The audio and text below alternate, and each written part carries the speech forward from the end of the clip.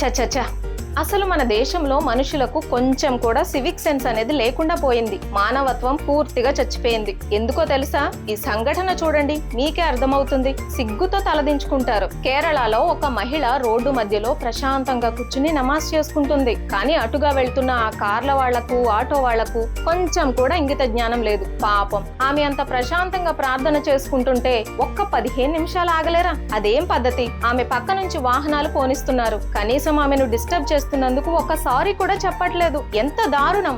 బా, ఒక్కసారి మీరే ఆలోచించండి. ఈ దేశంలో ఒక మనిషి రోడ్డు మధ్యలో ప్రశాంతంగా కూర్చుని దేవుడిని ప్రార్థించుకునే స్వేచ్ఛ కూడా లేదా?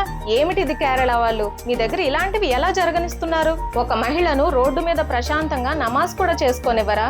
ఈ దేశం ఇంకా బాగుపడదు. Zero civic sense. ఈ సంఘటన చూసాక మీకేమనిపించింది? ఆ వాహనదారులు చేసింది కరెక్టేనా, లేక వాళ్ళు ఆగి ఆమె ప్రార్థన పూర్తయ్యే వరకు వేచి ఉండాల్సిందా? కింద కామెంట్స్ లో మీ అభిప్రాయం చెప్పండి. ఈ అమానవత్వం గురించి అందరికీ తెలియడానికి వీడియోను షేర్ చేయండి. జై హింద్.